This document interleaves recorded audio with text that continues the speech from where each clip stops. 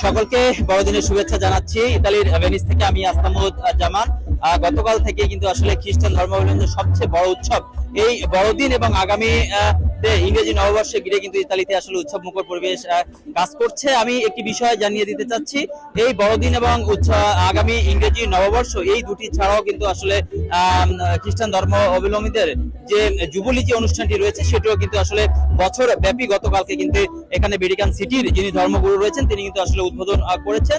4টি দরজা খোলার মধ্য দিয়ে কিন্তু আসলে এই অনুষ্ঠানটি উদ্বোধন করা হয়েছে। আসলে 4টি দরজার কথা বলা হয়েছে ভ্যাটিকান সিটিতে।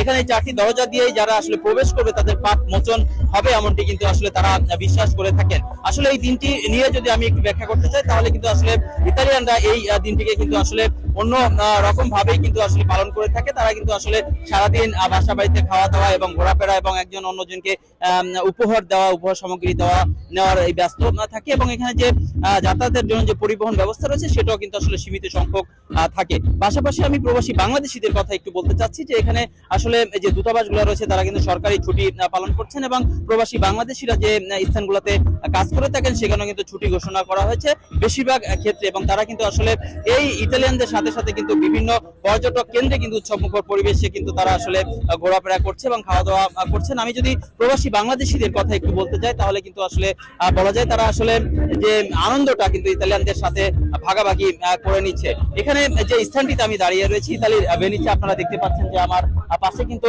ছোট কমলমতি শিশুরা কিন্তু আসলে আনন্দ উচ্ছ্বাসে আসলে মেতে উঠেছে এবং এদিকে কিন্তু অনেক ধরনের কিন্তু আসলে দোকানপাট উঠেছে। এখানে কিন্তু আসলে সন্ধ্যার পরে সারা দিন কিন্তু আসলে এখানে উৎসব মুখর পরিবেশ কাজ করছে।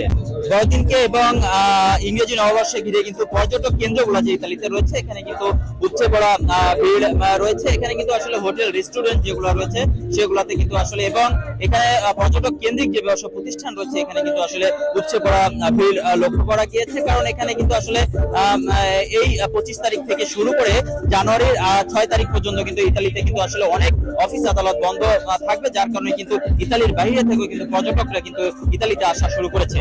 এই ছিল ইতালি থেকে বড়দিনের সর্বশেষ তথ্য।